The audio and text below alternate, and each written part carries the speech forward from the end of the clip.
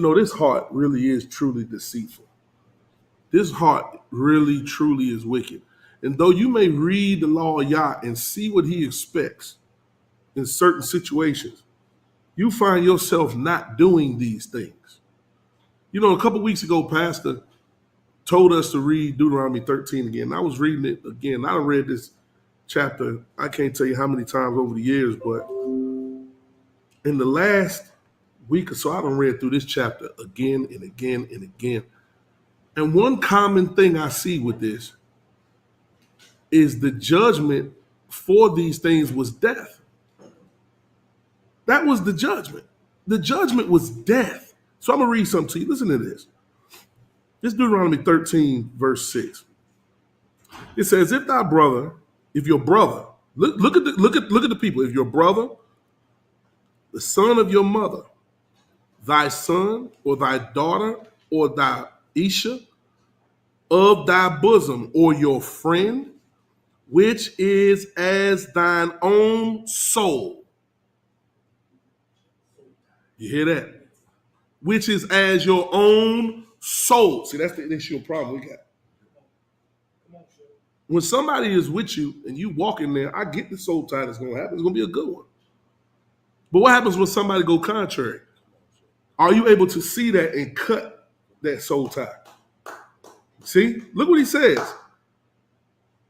Which is thine own soul, he says, and they do what? Entice thee secretly, saying, let us go and serve other Elohim, which thou hast not known, thou nor thy fathers. Now, again, Pastor explained this very well. They're not going to come to you and say, hey, let us go serve other gods. What they're going to do is they're going to come to you with contrary doctrine and get you to go serve other Elohim, because the word says something, and they're going to come to you with something that is contrary in this. And that's how they're going to get you to go serve other Elohim. But look how they come, and they come in secretly. Secret prophecies. Secretly coming to you about another brother. Secretly coming to you about another sister. They come to you with flatteries first to soften you. And then here it comes. But look at what he said do. He said, namely of the Elohim of the people which are round about you, nigh unto thee or far from thee, from the one end of the earth even unto the other end of the earth. Thou shalt not consent unto him. Thou shalt not consent unto him. How many of us find folk are getting taken out because they consenting to what they're being told? Okay? Nor hearken unto him, neither shalt thine eye pity him. See the problem there? Neither shalt thou spare, neither shalt thou conceal him. So you're not going to spare him. You're not going to hide him. Why? Because he's trying to entice you to go serve other Elohim.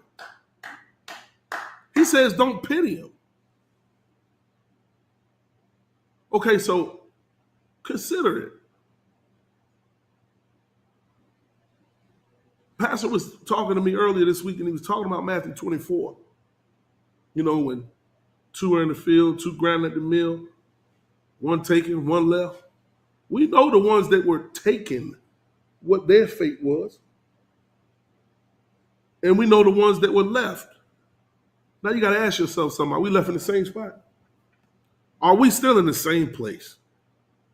Or are you seeing people go? He said, don't pity him.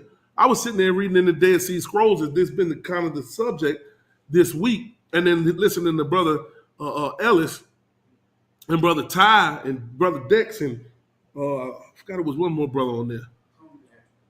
Brother Antoine broadcast last night. And I'm sitting there listening to this.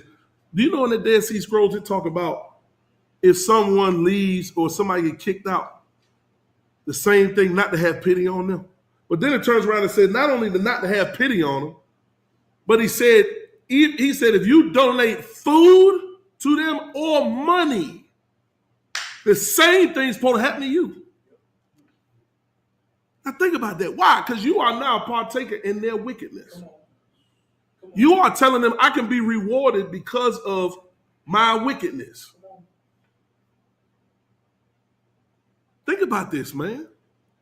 These are troubling times, man. And I'm telling y'all, Israel, we truly need to humble ourselves. If you look at what Pastor Dow said in the beginning, he made it on another video today on Patreon about us having to repent because we done went past the judgment of Yah. We done went past the judgment of Yah. You see? I was teaching my family earlier this week, and I said, consider it. This is why we really truly need to humble ourselves, Israel, and I hope that we can hear it. You mean to tell me Yah had his people together? They came out of Egypt, and they were in the wilderness for 40 years. But because of murmuring and complaining, which a lot of that is still taking place, the murmurers, the complainers, the ones that come and speak behind you secretly about other people, trying to cause division, which Yah hates. They were in the wilderness 40 years. And where there's murmuring, there's no thanksgiving. I hope y'all hear what I'm saying to y'all. Where there's murmuring, there's no thanksgiving, because you mean to tell me you can be in this wilderness 40 years and at, I don't know, maybe year 10, year 17, year 29, year 33, 34, year 39. You didn't look down at your shoes and say, man, I never had to replace my shoes. You know, you could be out here working in this field and you see a strand of yarn come out of your shirt, and usually you'll grab it and you'll pull it and snatch it out. You mean to tell me 40 years they didn't have to do that to none of their garments and nobody noticed it? Nobody could give thanksgiving because of murmuring and because of complaining? And understand something, where they were, everything they had need of was taken care of. Yah had them in the wilderness, but they had food, they had raiment, they were together, they saw the mighty acts of Yah. They had a cloud by night, by day, and a fire by night. They had literal bread, the bread of heaven, and their soul hated it. And understand something, those people died right there where Yah had them. So here's what I want to ask you. Are you dying right where Yah has you? Some of y'all that's on community, you know, where, hey, your raiment's taken care of, your food's taken care of, you got family, you can get deliverance, you can get set free, you can get, just everything you need. You ain't seen a bill. Some of y'all been on community for years and you forgot what a bill looked like.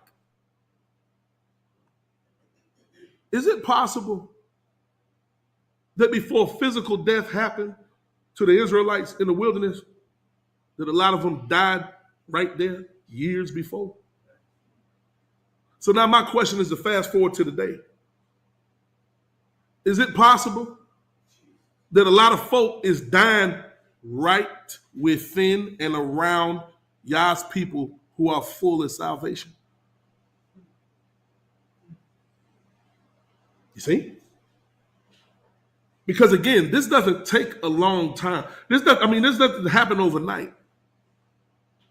This is why these rules of community that we talking about is so vital, is so key.